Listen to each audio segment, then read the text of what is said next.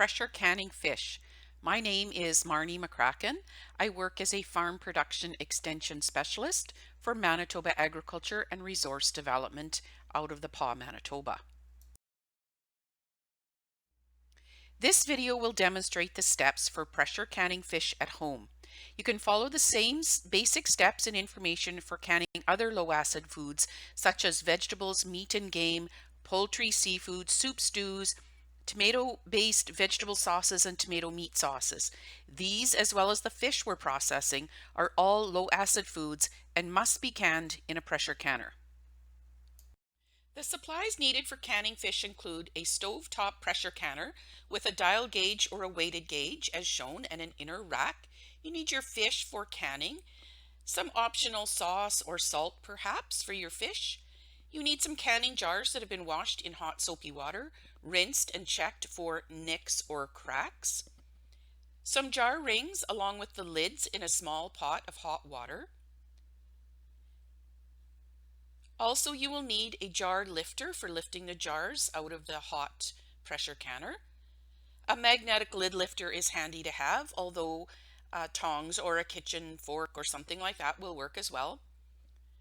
A sharp knife and cutting board, a clean lint-free cloth and a kitchen towel, some labels or a pen or marker for identifying the contents of the jars and the date prepared, and some regular household vinegar. The video Supplies for Pressure Canning, which is located on Manitoba Agriculture's YouTube channel, has more information on those supplies. Pressure canners heat under pressure to a temperature that is higher than boiling water. This process kills microorganisms and bacteria in the ingredients, specifically botulism. You must use a pressure canner for canning fish.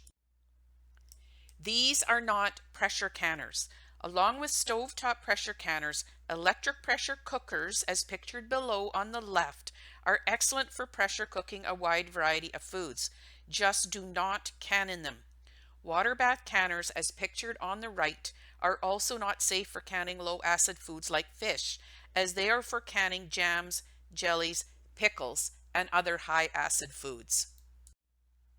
There are many factors to consider in order to pressure can safely, so before you begin, read and follow the instructions that come with your pressure canner.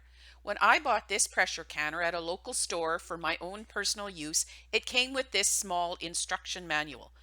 However, if you have misplaced your instruction manual or you would like a more in-depth pressure canner manual, check out the bottom of your pressure canner. Usually the name of the pot is on the bottom of the canner, and manuals are usually located online, both the instruction manual and extra information such as what I've downloaded here that you can see that has recipes, troubleshooting tips, how to pressure can, how to pressure cook, and so on.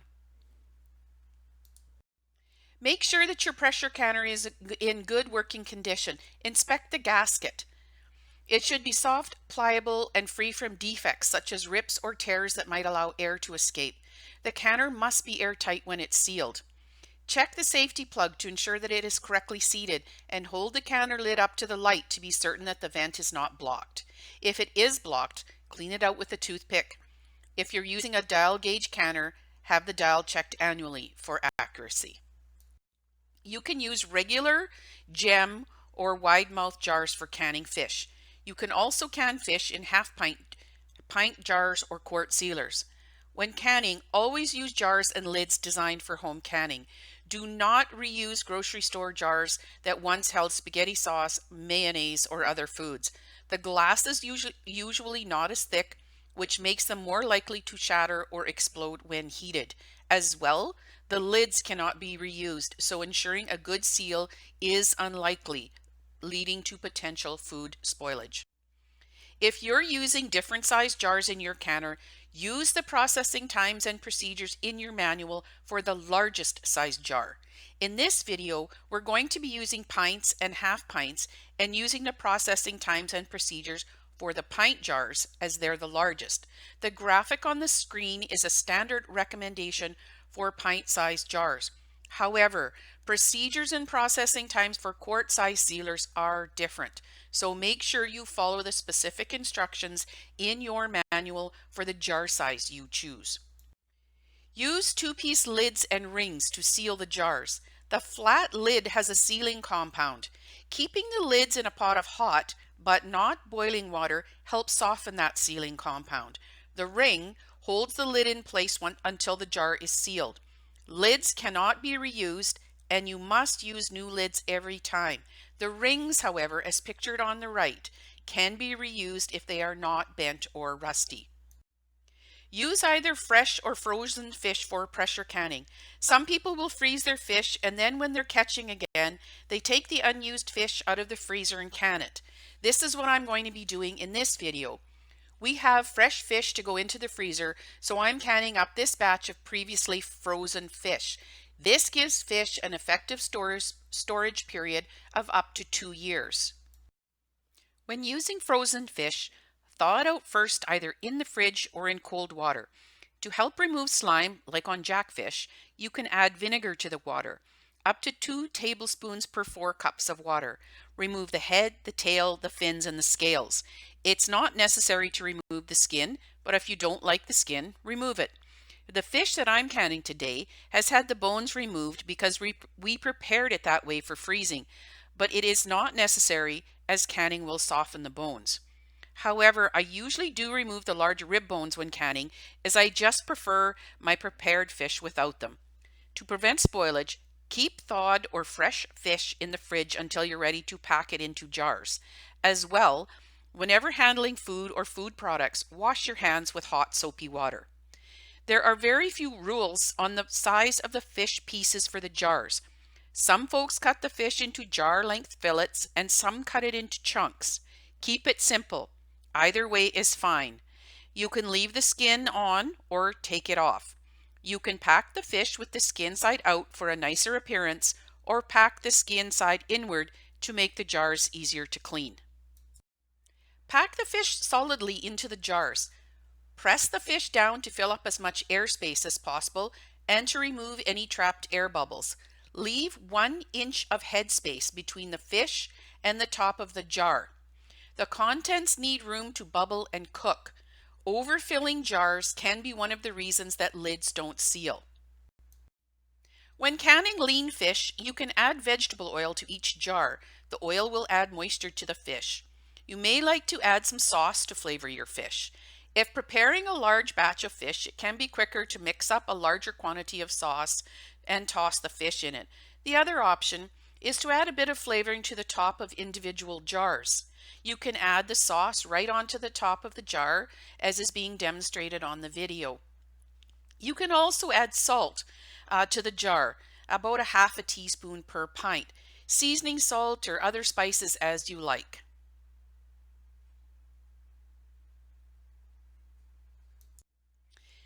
Pictured on the screen is a recipe for a homemade sauce of ketchup, oil, and vinegar that I like.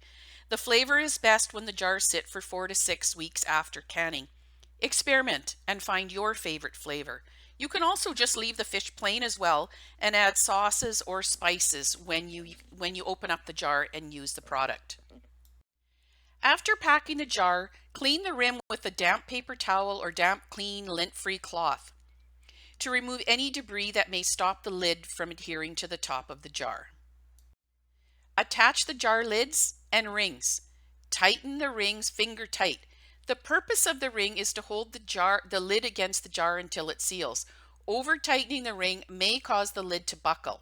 Tighten the ring slightly beyond the point of resistance, no further.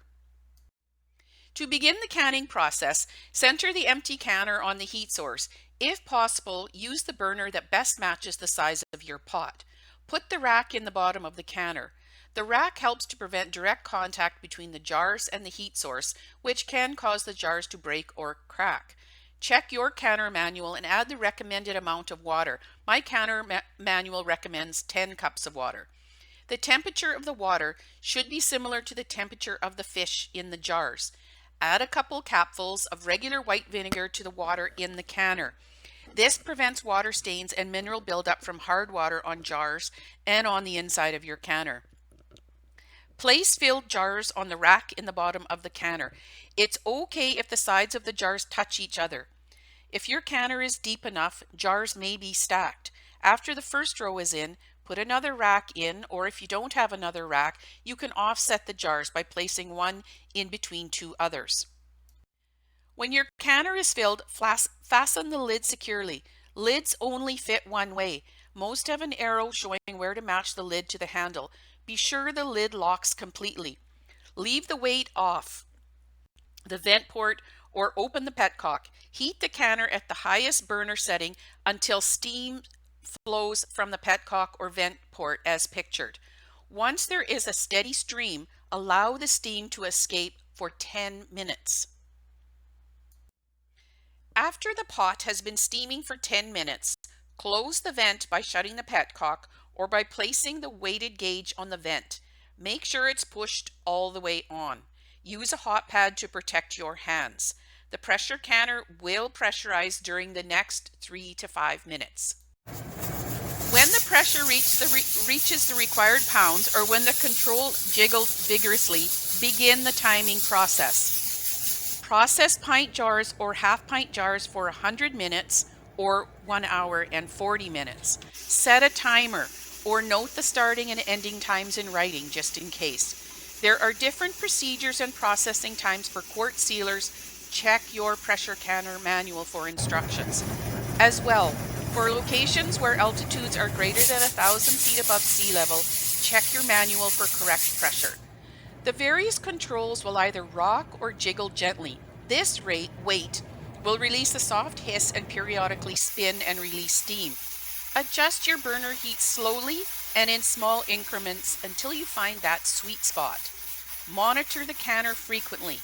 If the pressure drops below the recommendation, the canner must be brought back to the recommended level and the timing started over. Prevent drafts from blowing on your canner and avoid turning the heat up and down. This can cause uneven pressure and can cause liquid to be forced out of the jars, resulting in jars that don't seal. When the time to process is complete, turn off the heat. Let the canner sit and depressurize. Allow the pressure to drop naturally. Do not apply cold water or a cold cloth to your pressure canner or lift the control to depressurize. It will take 35 to 45 minutes for pressure to drop in a smaller canner filled with jars and 45 minutes to an hour in a larger canner with a full load of jars. To check to see if the pressure has dropped, gently nudge the control. If steam hisses out, pressure is not yet down and it needs to cool more. Once pressure reaches zero or no steam escapes when the weight is tipped, remove the control using a hot pad. Carefully remove the lid, making sure that you angle the steam away from you so that you do not get burned. Remove the jars from the pressure canner with a jar lifter and place them on a towel or cooling rack. Do not place them on a cold or wet surface, as this rapid temperature difference may lead to jar breakage. Allow the jars to cool for 12 hours before moving them again. Never rush the cooling process or your jars may break.